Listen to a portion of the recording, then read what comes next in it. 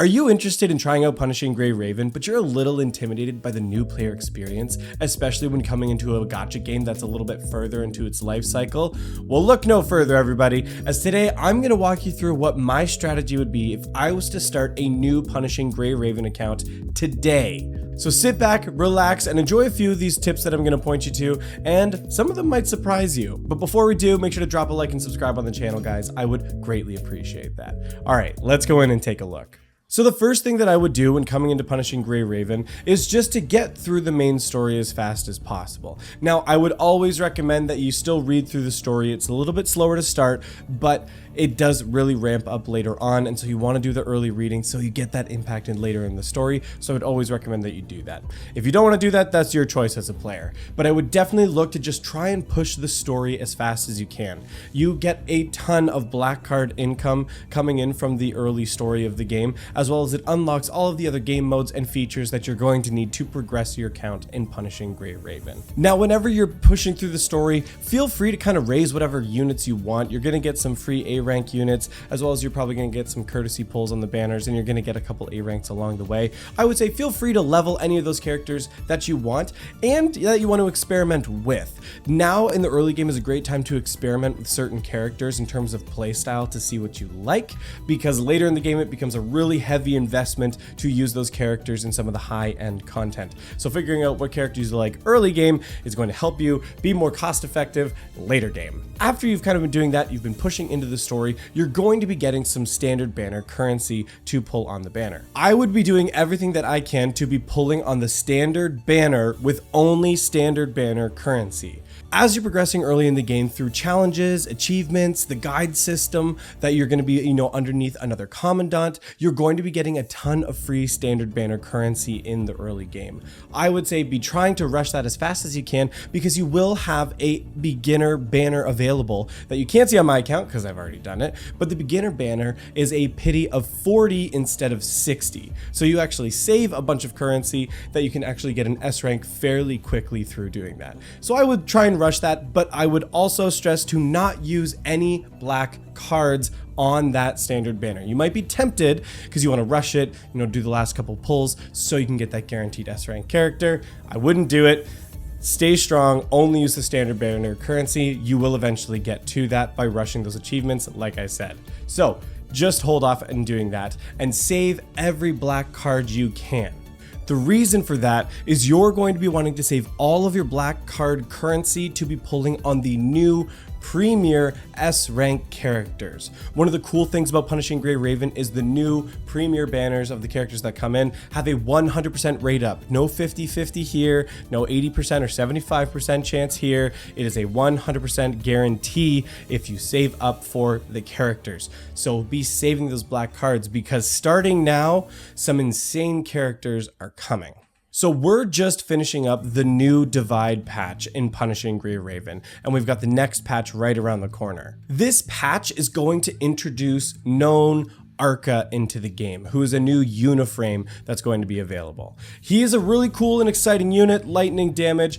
All of the Uniframes are extra fun and flashy and are very tempting to want to pull on and build to play with in Punishing Gray Raven. So first question, should you pull on known Arca? No. If I was going through as a new account, I would not put any black cards onto known Arca. Really, ultimately because he is a Uniframe and the content available for Uniframes is extremely limited. But even above that, the unit that comes after known Arca is insane.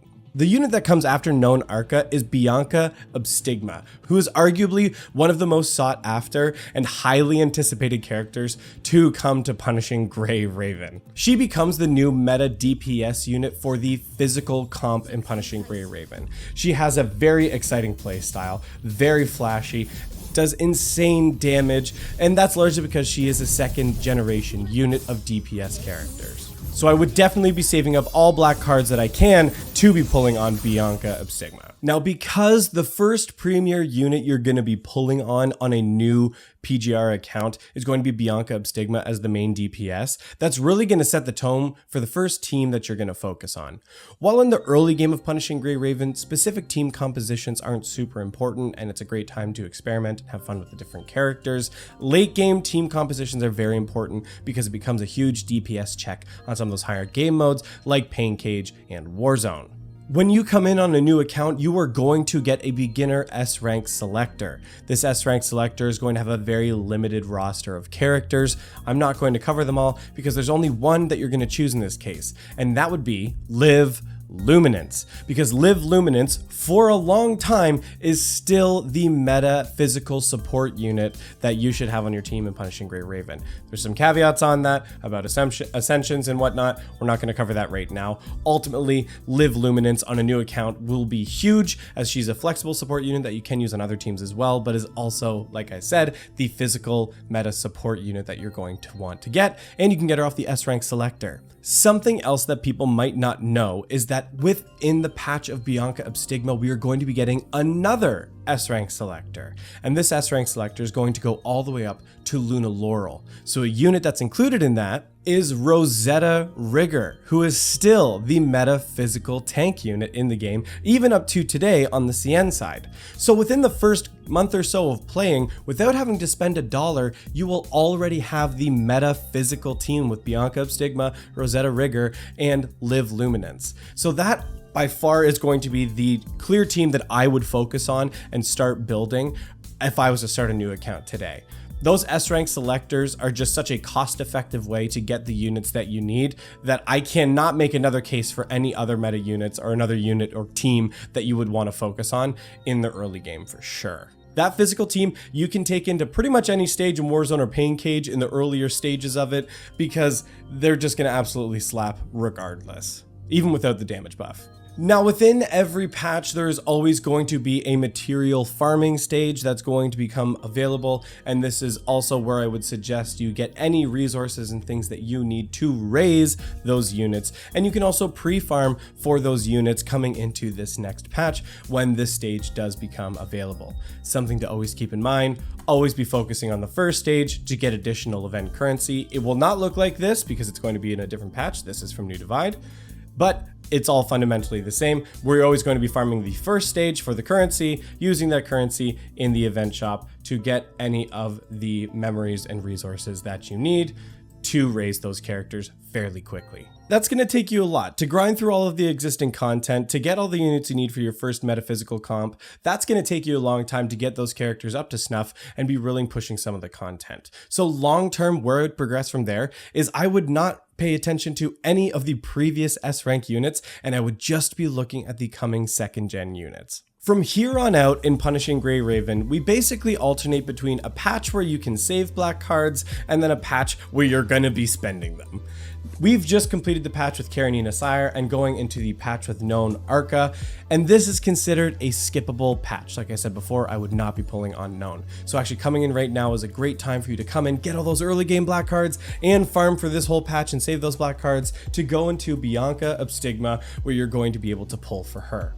After that, you would then save, and then you can get Lee Hyperreal, who's another highly anticipated and meta fire unit. An extra benefit to the patch after Bianca Obstigma is it is a free A rank unit, so you don't even need to pull anyway. You'll get an individual copy. And then after Lee Hyperreal, we have Ayla Kaleido, who is another farmable amplifier unit. So again, you will be able to get her for free. More time to save black cards for arguably my most highly anticipated unit, Lucia Crimson Weave, who is the meta lightning DPS unit.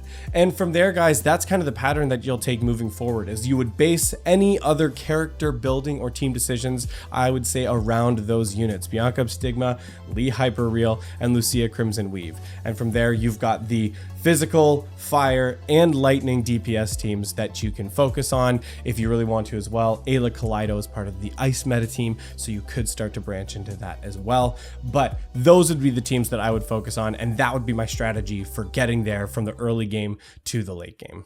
Now, I know this hasn't been like a complete step-by-step of all of my new details of when to do what stages where, but that's not the point. I think ultimately the most important part in Punishing Gray Raven is your black card economy and what characters are you saving and rolling for. And so this would be my overall character rolling strategy for starting a new account. But that's going to be it for this video, guys. I hope you found it informative and helpful. If you liked the video, make sure to drop a like and subscribe on the channel. I would greatly appreciate that. Thank you so much for watching, and we'll see you next time.